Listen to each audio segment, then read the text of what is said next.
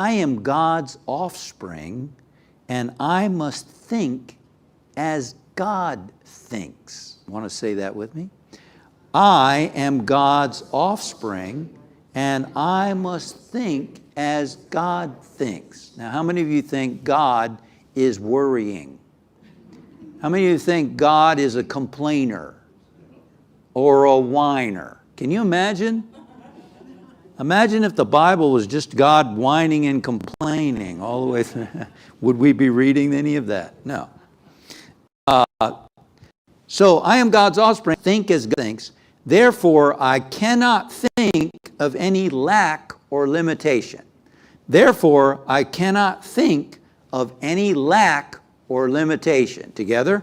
Therefore, I cannot think of any lack or limitation.